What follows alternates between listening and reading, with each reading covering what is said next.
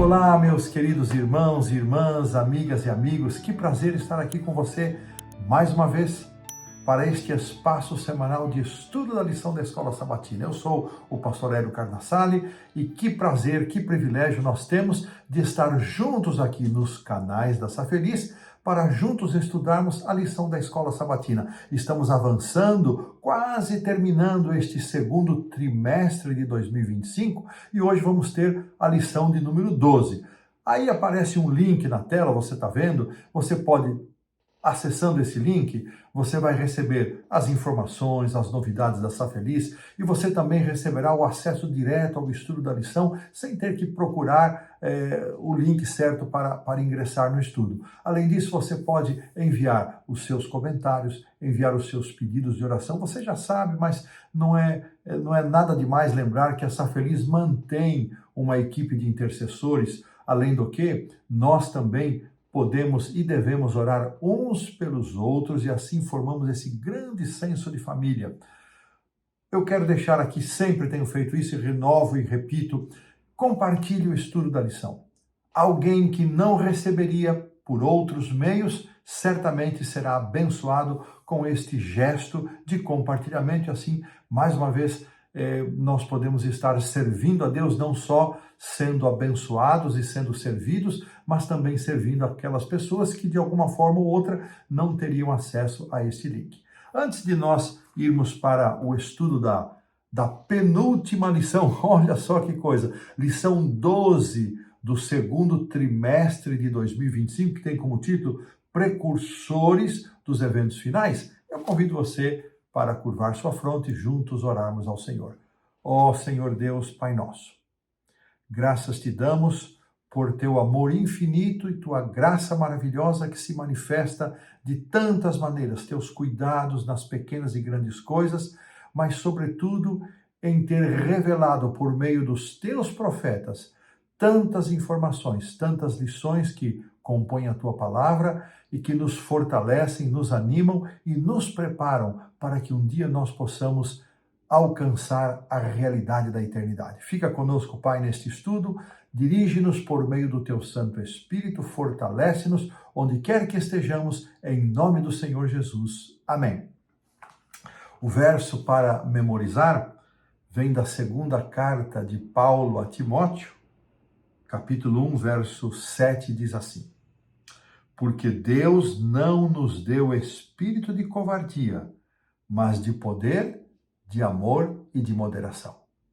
Um texto que se adequa aos temas que nós estaremos estudando nessa semana. Você se lembra, puxando aqui um pouquinho as lições anteriores, nós começamos a perceber, a estudar, em 2 lições fizemos isso, salmos que retratavam a experiência dos salmistas e, ao mesmo tempo, continham elementos que apontavam para os eventos finais. 2 semanas estudamos isso. E agora estamos numa sequência, finalizando nessa semana, das histórias bíblicas que nos ajudam percebendo detalhes das aplicações que essas histórias nos trazem, como elas se reportam, como elas nos ajudam a perceber e visualizar as coisas que acontecerão num futuro que nós esperamos seja muito breve. Nesta semana, nós vamos considerar 2 outras histórias bíblicas, de acordo aqui com o autor. Primeiramente, nós vamos estudar o relato lá do livro de Daniel, relembrando o sonho de Nabucodonosor, e depois a experiência de Sadraque, Mesaque e Abednego, que tem paralelos impressionantes com o capítulo 13 do livro de Apocalipse. Então, nós iremos lá para o Novo Testamento, onde nós vamos analisar algumas experiências dos dias iniciais do cristianismo e ver como estes relatos também nos ajudam, nos fortalecem ao lidarmos com as contrariedades, a intolerância e como eles nos preparam para enfrentar os dias que ainda estarão pela frente, dias de perseguição.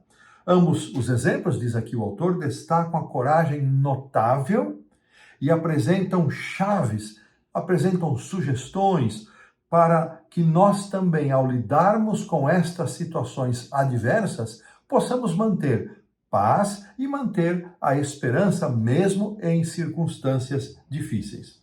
Sempre lembramos que o foco de toda a profecia é a pessoa do Senhor Jesus e devemos então sempre nos lembrar das suas palavras, dos seus ensinamentos, quando já naqueles momentos finais, antes da cruz, reunido em uma reunião íntima com seus discípulos, ele disse que o coração de vocês não fique angustiado, não se turbe o vosso coração.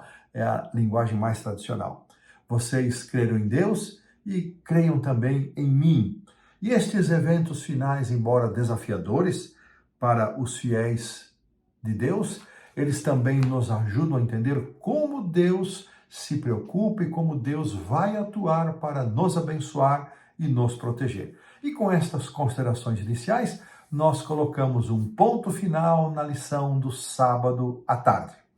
Avançando para a lição do domingo, cujo título é Daniel 2 e a interpretação historicista, nós vamos encontrar aqui uma oportunidade de recordar esta profecia tão significativa para a interpretação e o estudo de qualquer evento profético. Nós nos referimos aos registros de Daniel, capítulo 2, o sonho que teve Nabucodonosor e como Daniel se apresentou ali quando foi notificado de que os sábios estavam condenados à morte porque ninguém era capaz de dar a interpretação. Então Daniel pede que o rei não mate ninguém, que ele suspenda a ordem para a matança, porque havia um poder, o Deus do céu, certamente daria a ele a revelação, e foi o que aconteceu. Então, indo aqui para o livro do profeta Daniel, capítulo 2, nós vamos encontrar nos versículos 31 a 45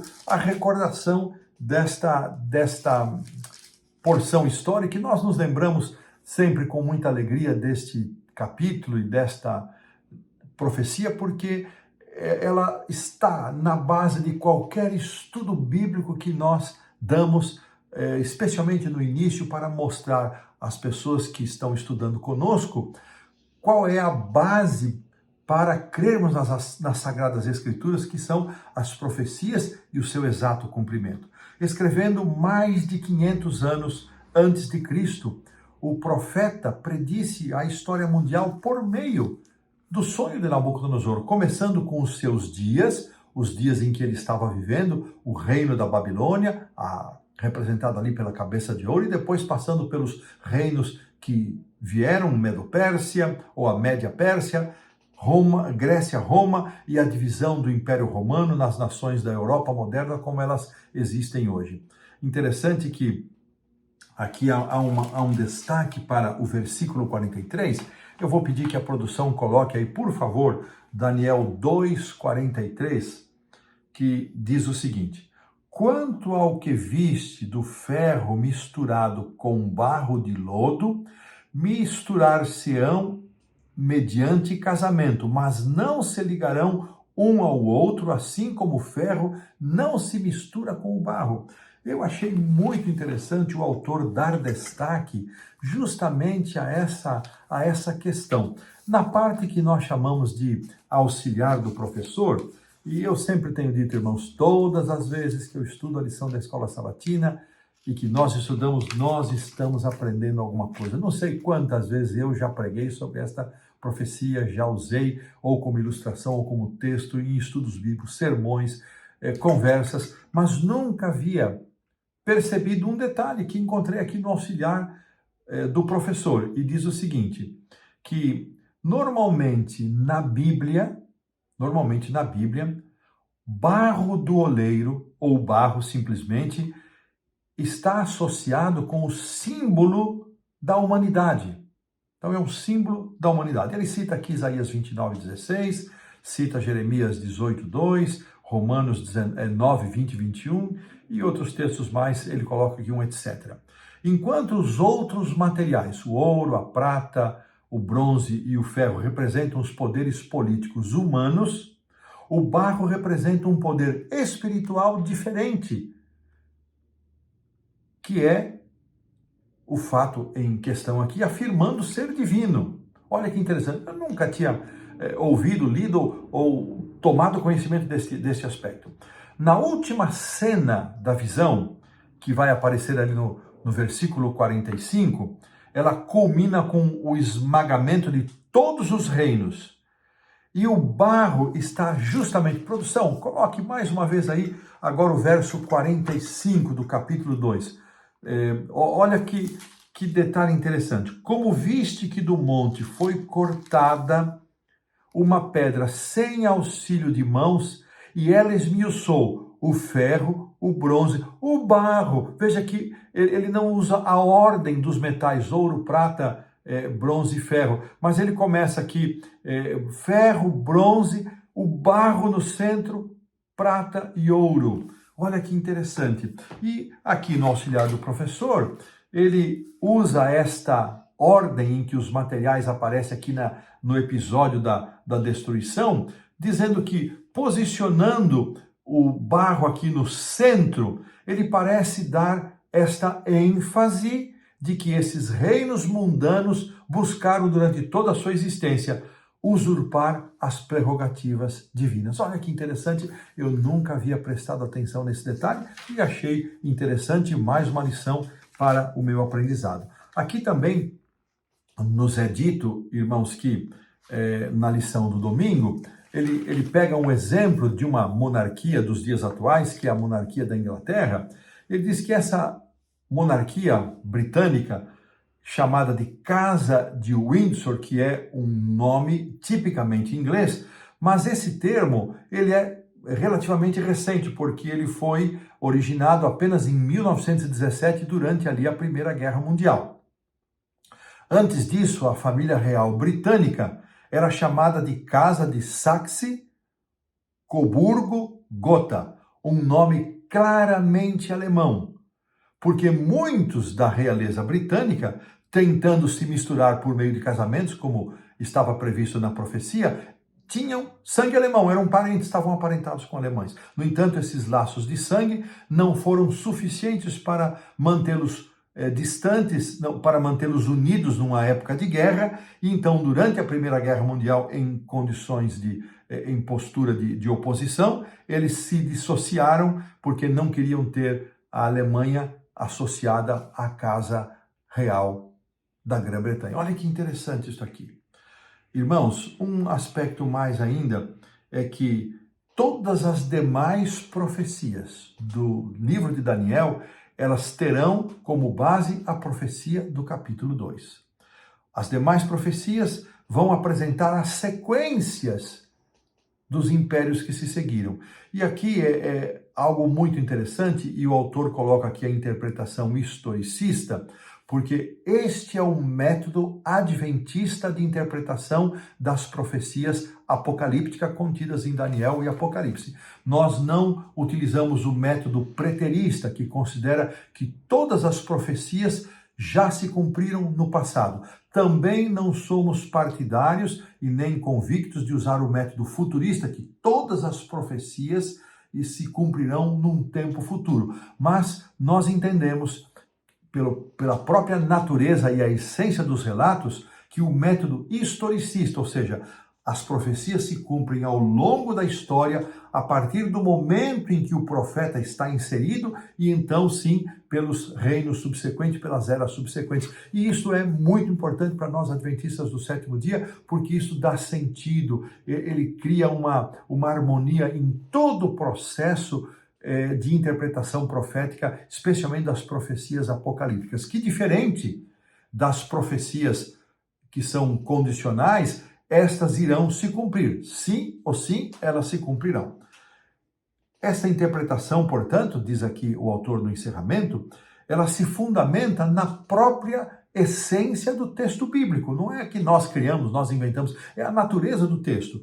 Esse entendimento é crucial, ele é vital, importantíssimo para entender os eventos dos últimos dias, especialmente como eles estão descritos tanto em Daniel quanto em Apocalipse. E desta maneira, com esta compreensão de Daniel 2 e também do método que nós utilizamos para interpretar as profecias, o método historicista, nós colocamos um ponto final na lição do domingo. A lição da segunda-feira contém o título Adorando a Imagem, e ela vai nos colocar diretamente nessa história tão emblemática que é a história do capítulo 3, onde Sadraque, Mesaque e Abednego serão os personagens principais. Mas antes de irmos para o capítulo 3, eu vou pedir que a produção coloque aqui o texto de Daniel 1, versículo 2.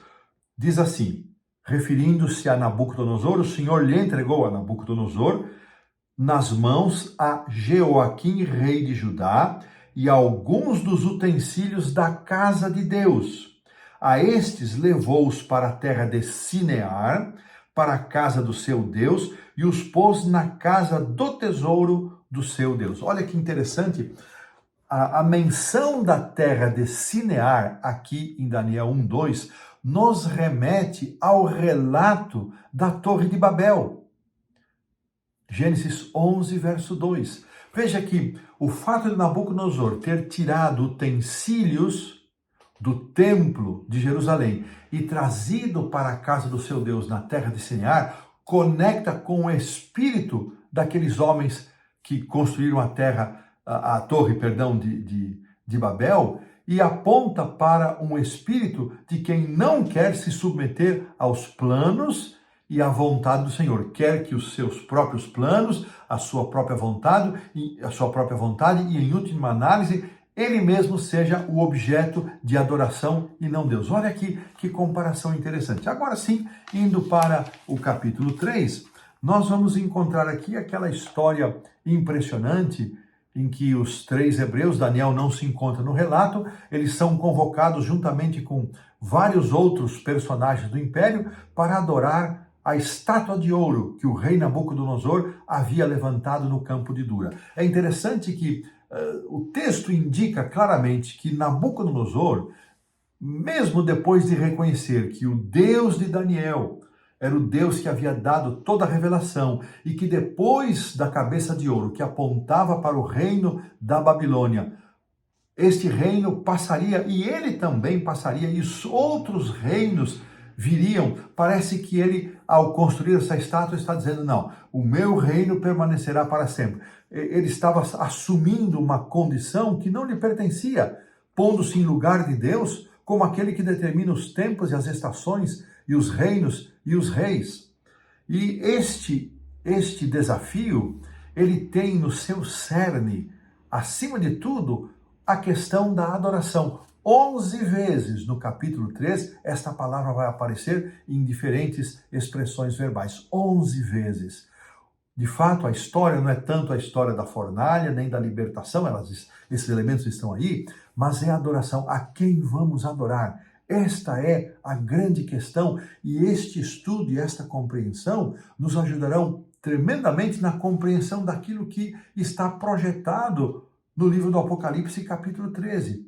O rei, ele ressaltou uma postura de desafio da mensagem que Deus havia dado. Ele desafiou a Deus. Ele disse, eu quero ver quem é maior. Se é o que Deus profetizou por meio de Daniel, ou se eu realmente sou o rei dos reis, como Daniel se referiu a ele, como se ele fosse o maior rei existente em toda a terra.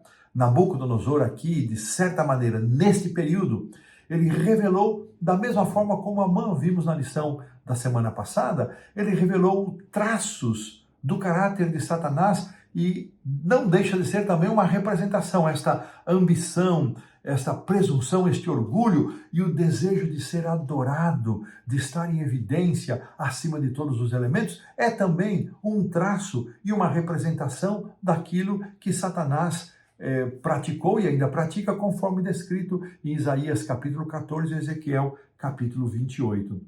E agora, olhando aqui para os 3 hebreus, de toda esta história, de todo o traçado, veja que da mesma forma como que o Nabucodonosor ordena a construção da estátua, ele determina que os seus súditos a adorem. Deus é um Deus de liberdade, ele não obriga ninguém a adorá-lo. E Sadraque, Mesaque e Abednego, eles podiam ter disfarçado naquele momento, podiam ter feito de conta que caiu algum objeto e ao se abaixarem eles poderiam ter elevado a Deus uma oração, mas não foi isso que eles fizeram. Produção, coloca para nós aí os versos, por favor, os versos 17 e o verso 18. A resposta que eles deram a Nabucodonosor quando ele os ameaça incisivamente de que se eles não se curvassem, não adorassem, eles seriam lançados na fornalha de fogo ardente. Eles respondem assim. A resposta começa no verso 16, mas nós vamos pegar aqui a partir do verso 17.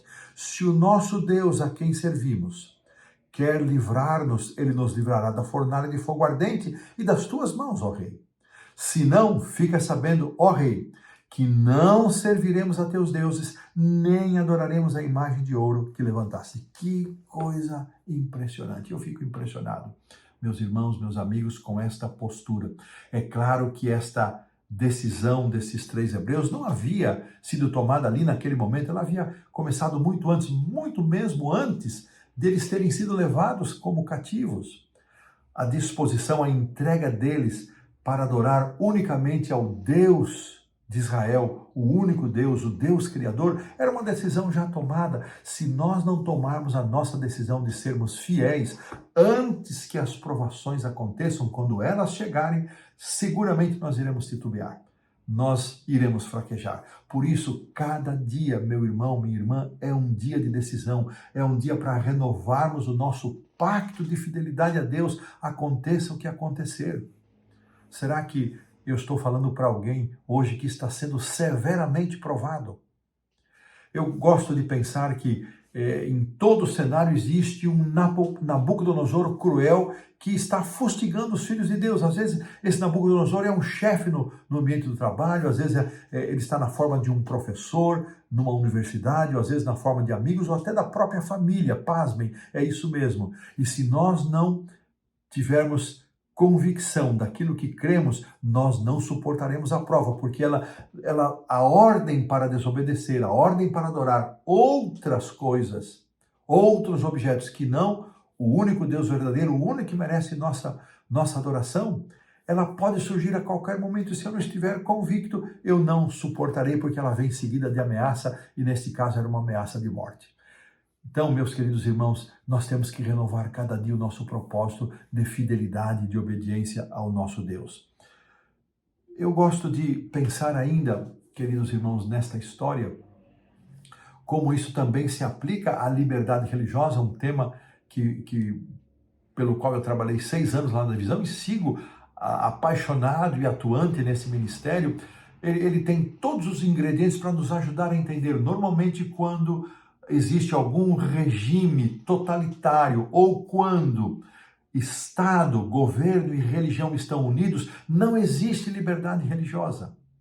Mas o nosso Deus é um Deus de liberdade. Por isso que nós, adventistas do 7º dia, trabalhamos para que haja separação entre Estado e igreja, entre governos e igreja. Separação não significa intriga, não significa oposição, mas significa que cada poder ocupa o seu espaço de forma independente e, em havendo possibilidade, que cooperem um com o outro, mas sem intromissão. Todas as vezes que o poder político se une a um poder religioso e eles se juntam e se unem, isso resulta em intolerância e perseguição religiosa. São fatos que a lição não trouxe, mas são lições muito especiais que nos ajudam a compreender. E aqui eu quero terminar a lição focando no livramento que Deus operou. A lição traz isso, que nós não devemos apenas trazer os elementos que possam trazer medo. O próprio texto do verso para memorizar fala isso, que nós não devemos ter medo, mas Deus operou maravilhosamente, Deus operou um livramento. E pela segunda vez, Nabucodonosor presta um depoimento, dá um testemunho de reconhecimento da grandeza do Deus de Daniel e agora de Sadraque, Mesaque e Abednego. O Deus que esteve com aqueles 3 hebreus naquela fornalha é o mesmo Deus, é a pessoa do Senhor Jesus Cristo, é o mesmo Deus que por meio do seu Santo Espírito e dos seus santos anjos está ao meu lado e ao seu lado para nos livrar em todas as circunstâncias que nós possamos estar. Lembre, irmãos, amigos, Deus não nos impede que entremos na fornalha, mas quando a fornalha chega, ele segue conosco. Aquele quarto elemento, com a aparência do Filho dos Deuses, era o próprio Filho de Deus, e é Ele que vai estar ao meu lado e ao seu lado. Você está enfrentando hoje uma dura provação, está enfrentando uma prova muito difícil para a qual você não vê solução, que parece muito maior do que você. Olhe para Jesus, Ele está ao seu lado, com os braços abertos, protegendo, fortalecendo, amparando você. E com esta certeza, nós colocamos um ponto final na lição da segunda-feira. Avançando para a lição da terça-feira, nós então vamos ter aqui a conexão dos eventos de Daniel 3 com Apocalipse 13, e por isso eles trazem o título Adorando a Imagem Novamente. E aqui, este texto é muito precioso para nós, porque a interpretação adventista enxerga nos eventos de Apocalipse 13, onde dois animais que João descreve como duas grandes bestas, representando dois poderes, a primeira que sobe do mar, um poder religioso, a segunda que sobe da terra, um poder civil, e quando estas duas bestas, quando esses dois poderes se unem, isto resulta em intolerância religiosa, resulta em usurpação de prerrogativas que só pertencem a Deus e resulta em imposição de uma pena de morte, da mesma forma como Nabucodonosor, sendo rei de Babilônia, sendo o chefe de todo o sistema religioso da Babilônia, portanto reunindo em si mesmo poder religioso e poder político civil, unidos em uma só pessoa, ele determina um culto, estabelece uma estátua, impõe adoração e determina pena de morte para aqueles que não obedecessem a sua ordem. Da mesma forma, acontecerá no final dos tempos.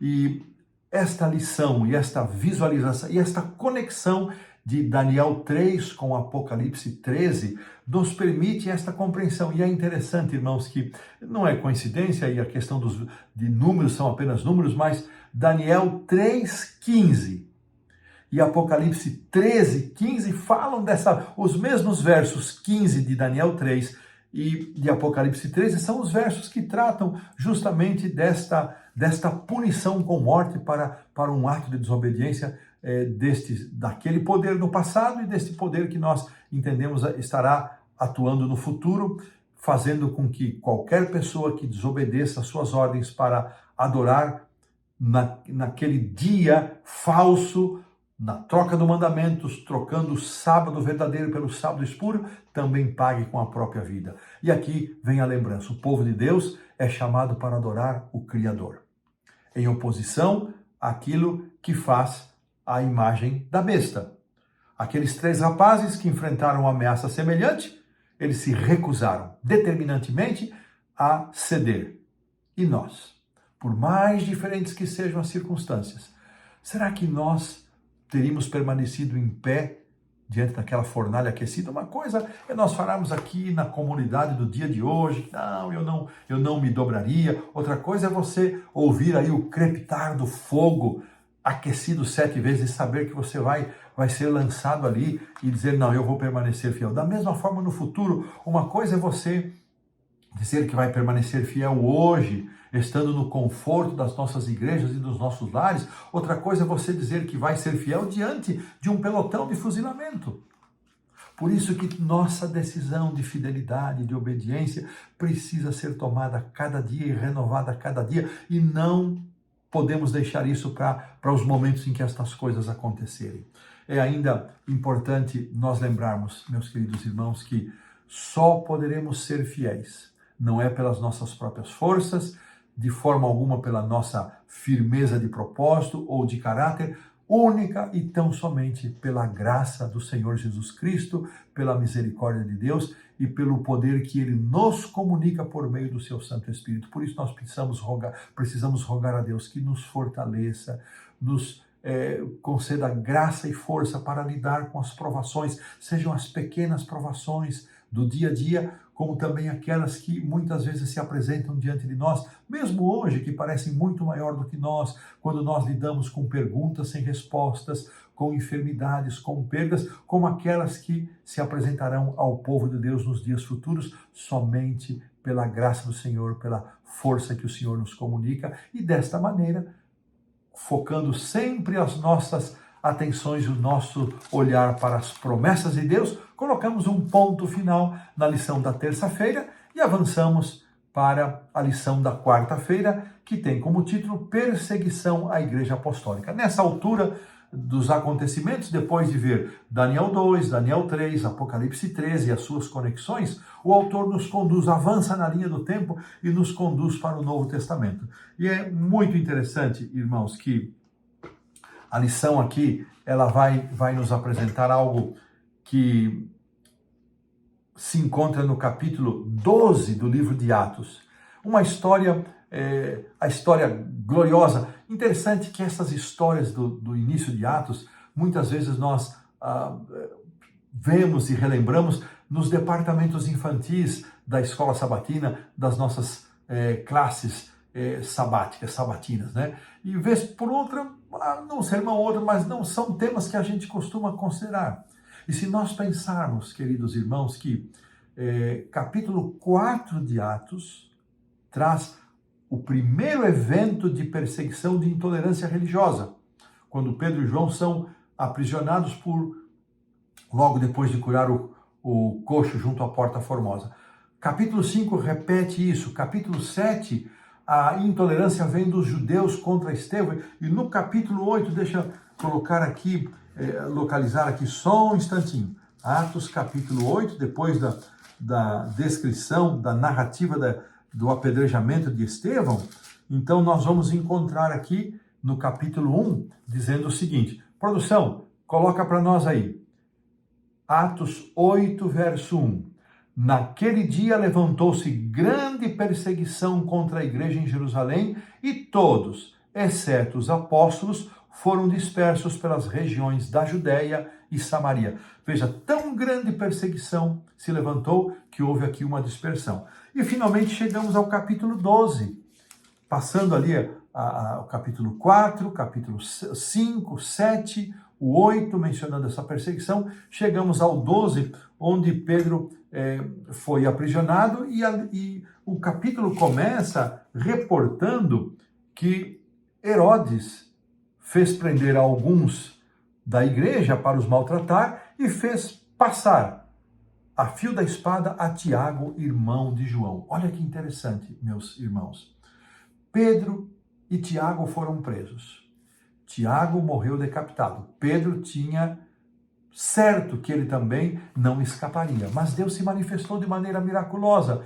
Ele estava acorrentado a 2 soldados e havia 4 grupos de 4 soldados, portanto, 16 soldados protegendo e guardando e vigiando. E um anjo aparece, Pedro, e como estava Pedro, irmãos? Ansioso, roendo as unhas. Ele estava dormindo. Sabe, irmãos, nós precisamos aprender a descansar em Jesus. Isso não é natural para o ser humano.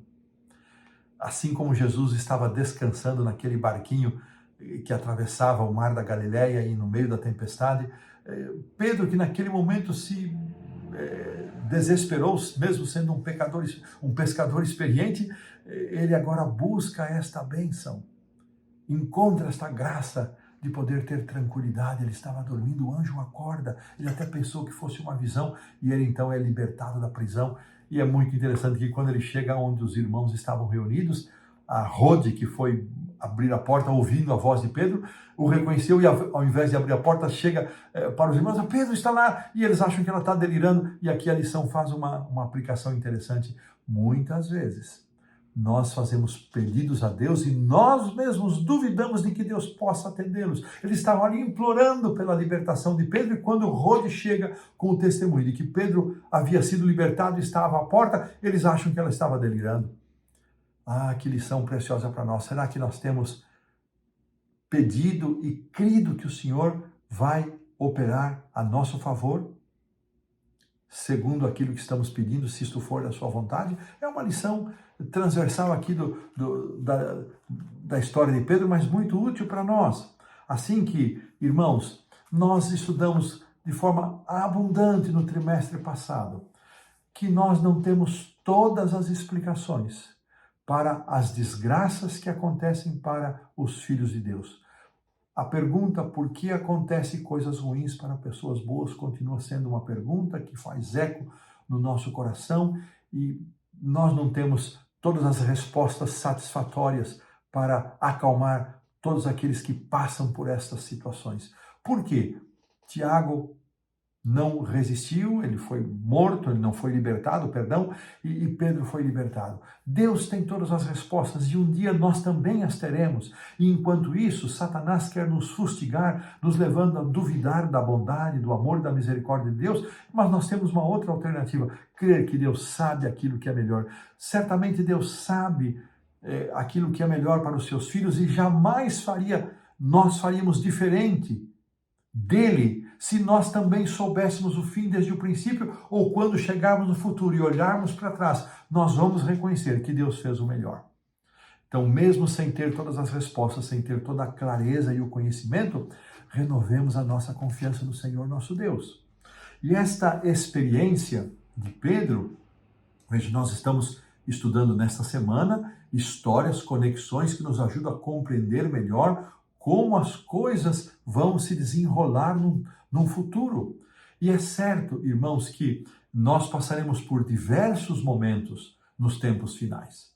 E alguns, sim, serão chamados a pagar com a própria vida por sua fidelidade. Mas há um grupo que, a partir do momento do fechamento da porta da graça, esse grupo não morre mais. E há outros que Deus permitirá descansar porque dificilmente suportariam os momentos mais graves dos dias finais.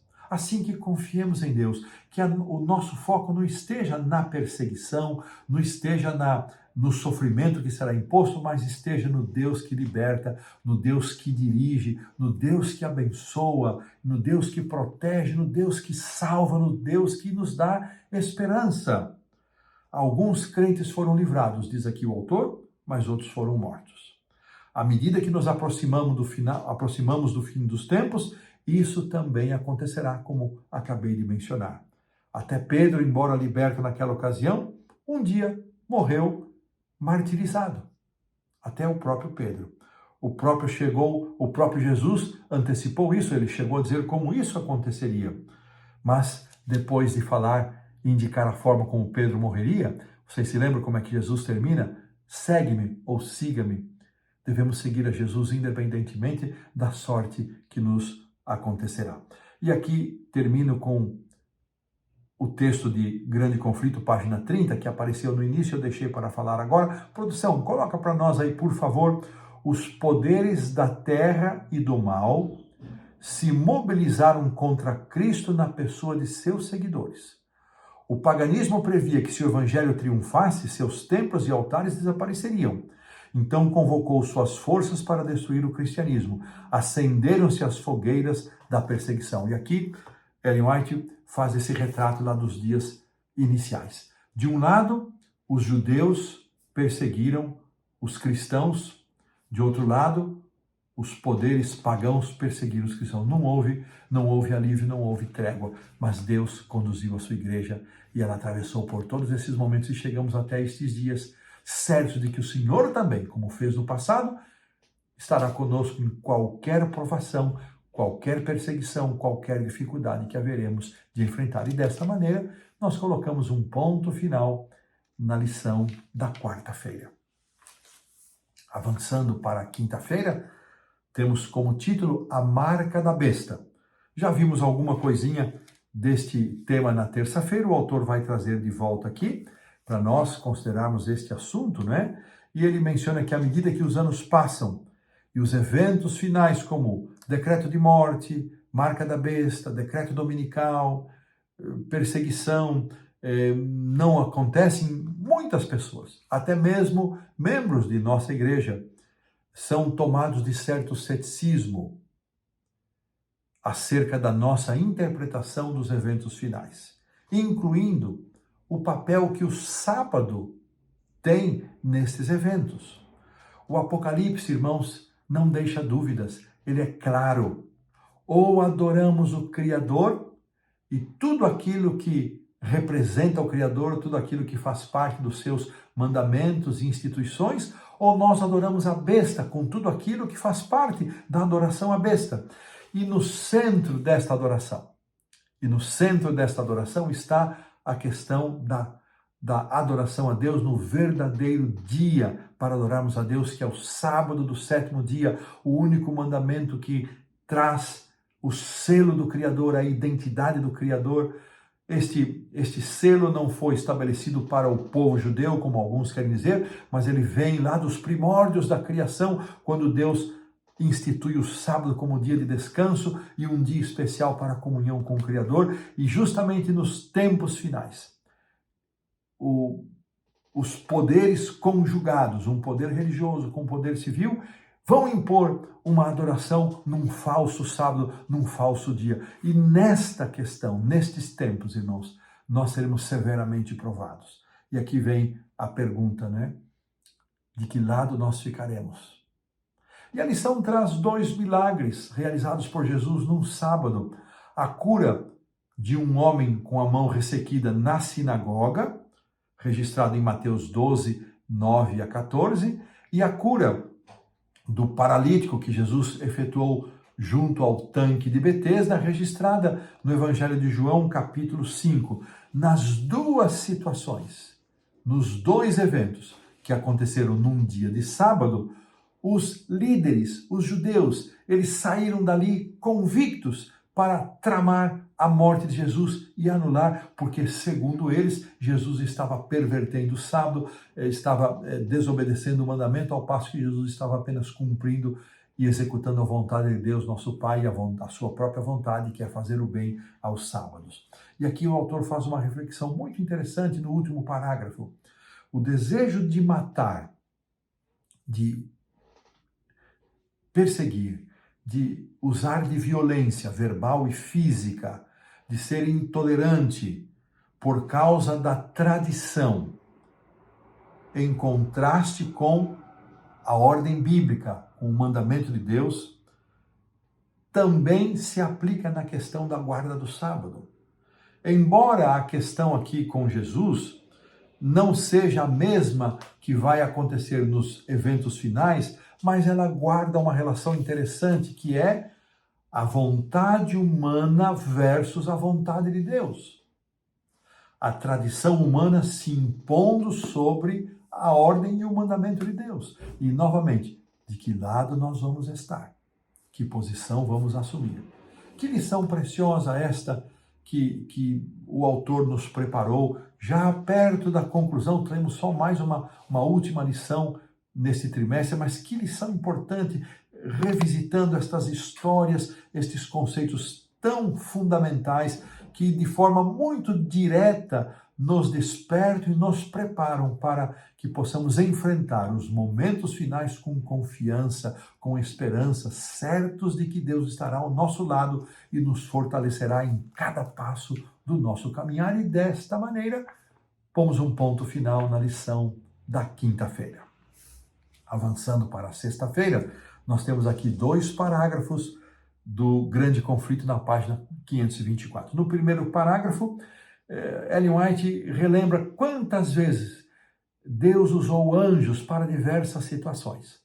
Usou anjos para socorrer e livrar o seu povo, eles vieram como em roupas de peregrinos, mas apareceram em forma humana, eles repousaram como se estivessem cansados, eles agiram como guias vigilantes, eles acenderam com suas próprias mãos fogo do altar, abriram portas do cárcere, fecharam bocas de leões, eles, revestidos da armadura do céu, também vieram para remover a pedra do túmulo do Salvador. Este é o primeiro parágrafo. Agora eu vou pedir para a produção colocar na íntegra o segundo parágrafo e eu faço a leitura, que diz assim: muitas vezes anjos aparecem em forma humana nas assembleias dos justos. Eles visitam também as reuniões dos ímpios, assim como foram a Sodoma, para fazer um relatório de suas ações e verificar se passaram dos limites da paciência de Deus. O Senhor tem prazer na misericórdia e, por amor aos poucos que realmente o servem, restringe as calamidades, prolongando a tranquilidade das multidões. Aqueles que pecam contra Deus mal compreendem que devem sua própria vida aos poucos fiéis que eles gostam de ridicularizar e oprimir. Que texto impressionante que nos faz pensar. Bom, a lição traz 3 perguntas para consideração e eu vou ficar com a terceira, que diz assim: os impérios de Daniel 2 e 7 surgiram e desapareceram como previsto, como foi profetizado. De nossa perspectiva, hoje, apenas mais um reino está por vir. Qual é esse reino? É o reino de Deus, certamente. E por que podemos ter certeza de que ele de fato virá como previsto? Porque todos os outros, conforme profetizado, aconteceram. Por quê? Que o último estágio, o reino que será o grande domínio de Deus por todos os tempos, onde Jesus será o Rei dos Reis e Senhor dos Senhores, a quem Jesus vai entregar o domínio para todos sempre, e este entregará aos seus santos. É este reino que nós esperamos, e por ele nós oramos, e por ele nós agradecemos a Deus, e o fazemos isso em nome de Jesus, na certeza de que por mais difíceis sejam as provações, de mais terríveis que possam ser os momentos que ainda viremos a passar, nós devemos erguer a nossa cabeça, porque a nossa redenção está próxima. E desta maneira, nós encerramos a lição da sexta-feira, encerramos a lição de número 12, e eu convido você para uma oração final. Deus, Pai nosso, graças te damos porque a tua palavra contém as profecias que nos mostram as coisas que acontecerão no futuro, mas nós não somos deixados sós. Vem com elas a promessa de que o Senhor vai estar ao nosso lado. Quando olhamos para os eventos que ocorreram no passado, nós temos a certeza de que o Senhor não desampara os seus filhos. E assim nós te rogamos, Pai, abençoa-nos, protege-nos, guarda-nos, fortalece-nos para que possamos tomar decisões a cada dia de ser fiéis a Ti. Que a Tua mão nos abençoe, a Tua graça seja sobre nós, em nome do Senhor Jesus. Amém. Um forte abraço, queridos amigos, onde quer que você esteja. E até a próxima semana. Que Deus nos abençoe.